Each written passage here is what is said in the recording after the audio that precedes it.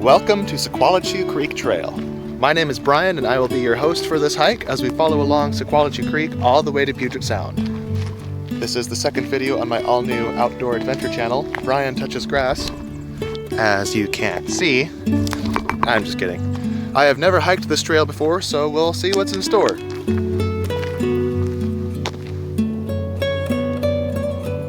That doesn't look like it was supposed to happen. We've got a little miniature rock slide on the trail.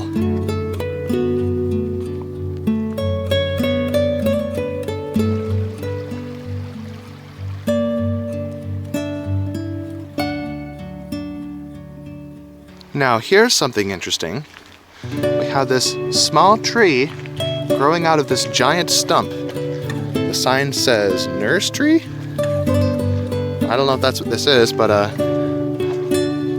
well, I know that, as far as I know, evergreen trees don't do this. They don't grow out of their own stumps like this, so this must be a stump that is so rotted that it allowed a separate tree to grow out of it. I mean, look at this, it just comes apart in my fingers.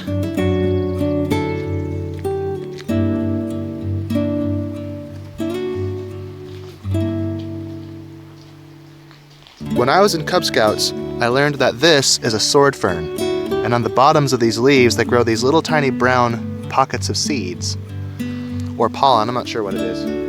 But then this fern over here grows a little differently.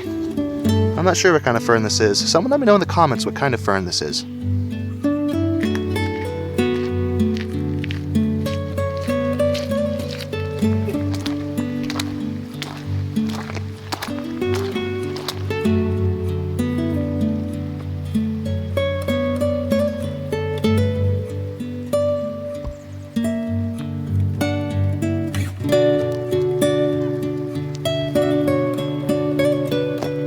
One of my goals this year is to get in shape. You might be able to see a little bit of chin flab going on here, and then I got a bit of a belly too, especially if I exaggerate it like that.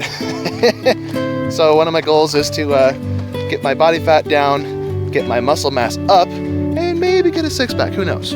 Or even better yet, what would be really cool is if I could get an 8-pack. It all depends on genetics. Some people have 8, some have 6, some have 4. But if you have 4, don't feel bad. Arnold Schwarzenegger had 4. Oh, and perfect timing, I hear a train coming. There it is!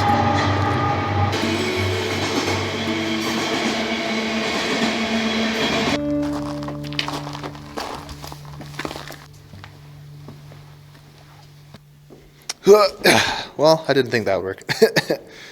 This rail is in bad shape. Look how rusted over it is. It's all rough. And here we are. We have come to the end. To Puget Sound. We've got a guy fishing out here. I should probably come out here and fish since I've got the combo license.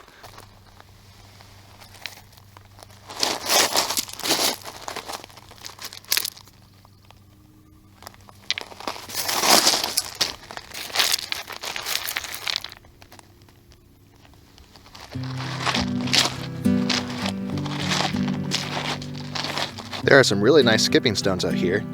Basically what you want to look for is something like this, where it's round and relatively flat. Of course, you can skip pretty much anything if you throw it right, and if you have the strength for it, as I will demonstrate with this monstrosity.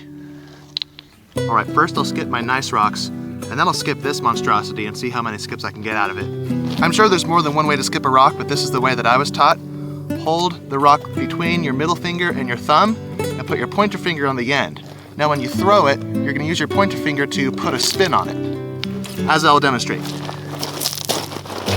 And then you throw and try to make the throw as level as possible. And there we go, we had like, I don't know, 5 or 6, maybe 8 skips on that one. Let's try another one. Okay, we only got like 1 or 2. Now for this one. Not bad, it kind of glided across the water at the very end. And now for the lumpy rock. Let's see how many skips I can get out of this one. Look at that, look at that. I think I outperformed all the other ones. So you don't need a perfect stone to get a lot of good skips. It's just preferable, but if you throw it right, you can skip pretty much anything. Or fail miserably like that. Now here's a neat thing. We have a rock covered in barnacles. Well, dead barnacles. Let's see how well it skips. It skipped once. That's something. Another concept to think about when you're skipping rocks is the size of the rock. If it's too small like this one, I mean, look at this. It looks like the perfect skipping stone, but it's so small it's a little unwieldy and might be unstable and then go in when you don't want it to. Or like this one, it's almost paper thin. Looks like a broken rock. I could probably snap it in half if I, yeah, look at that. Oh, and I cut myself. Okay, don't do that. I just gave myself a nasty cut. But to illustrate my point, we'll take this little tiny one and see how well it skips. So I only got about 4 skips off of that one. I'm gonna grab a larger one, might be more stable, not necessarily the optimal shape. We'll give this one a go. We've got far more distance and more skips as well.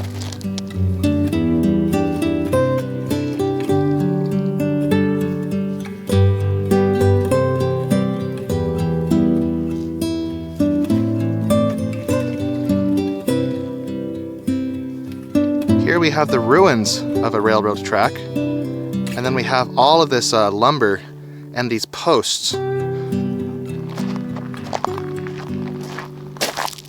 One thing is for certain, this railroad track has been dormant for a long time. I mean, there's a tree growing out of it.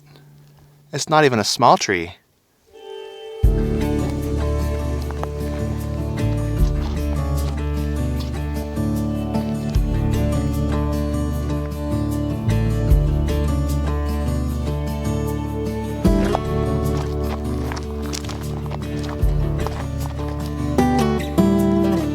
I imagine there must have been some kind of bridge here a long time ago, but not anymore.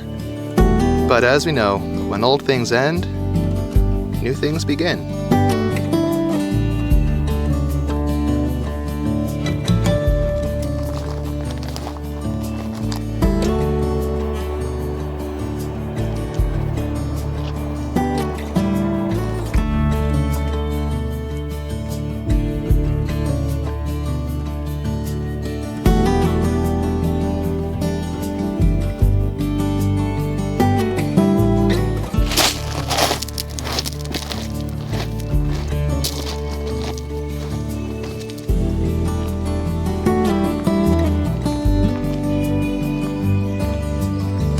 Well everyone, that's it for this video. The sun is going down and it's time to go home.